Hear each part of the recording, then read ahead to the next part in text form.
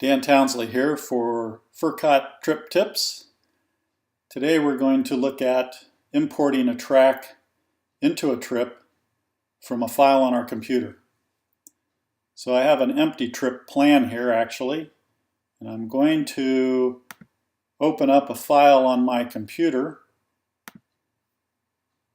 by using this new feature called My Other Trips and Tracks option, which not only lets me access my other trips in Furkot or stops in trips in Furkot, but also I can choose a file on my computer. In this case, I'm going to open up the Arizona Backcountry Discovery Route tracks. And if you're familiar with Backcountry Discovery Route, they're off-road trips through the western states for adventure motorcycles. So it's opened up this trip. Now I'm going to select one of the track segments, but I'm not sure which direction they're going, and that's important. So what I want to look at here is I see that's the endpoint. It's at the north end of the state, so I know we're traveling south to north. Okay, that helps. So let's go in and find the tracks I'm interested in. And here they are. It's actually a segment that's in Utah. I'm going to click on that segment and notice that it expands over here in the Find drawer.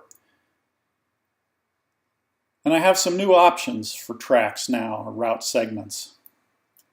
I can select it as a maybe, and that says add it to my trip, but really don't do anything with it. Maybe I'll use it later. Or I can just select the route segment as is and import it into my trip, but I know I need to reverse it. So there's a new feature called Backtrack, which lets me import this track segment in a reverse order. So here it has been added to my empty trip, and you can see it did reverse the order, so it's starting north and ending south, which is great. Now I want to add another track segment there, so I'm going to open my Find drawer back up and notice the file's still loaded. And I want this segment. In reality, I just want part of this segment. But I'm going to grab the whole segment, again using Backtrack. And Furkot adds it to the previous segment that I imported. So now I have, in my trip, a start point, an endpoint, and a route segment between them. Now, as I said, I really only want part of it. And the part I want is from the start down to the intersection of Highway 89A. So how do I get these things edited now that it's joined them all up? Well, it's pretty simple. All I need to do is add in a stop so that I actually split this segment. And I'm just going to add a stop right here at Highway 89A. Okay, and House Rock Road. So I add that stop in there.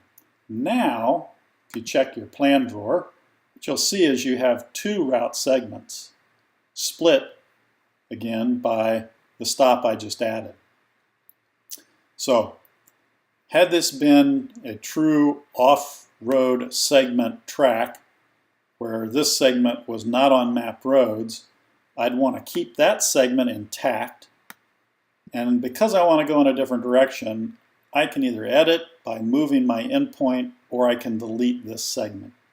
So because I know I want to continue south to the north rim of the Grand Canyon, I'm just going to go over here to the Marble Canyon endpoint, and I want to move this stop. But if I grab it now, you'll notice it didn't move the stop.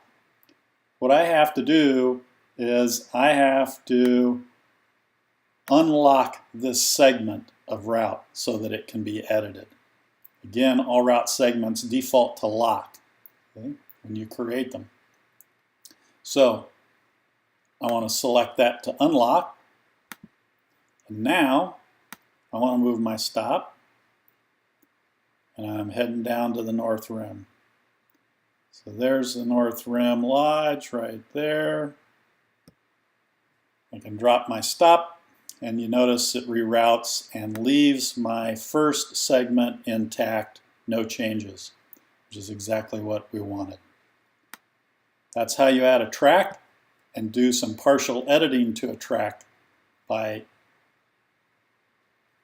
injecting an intermediate stop in the route segment and then editing whichever side you want to edit. Hope that helps your trip planning. Talk to you next time.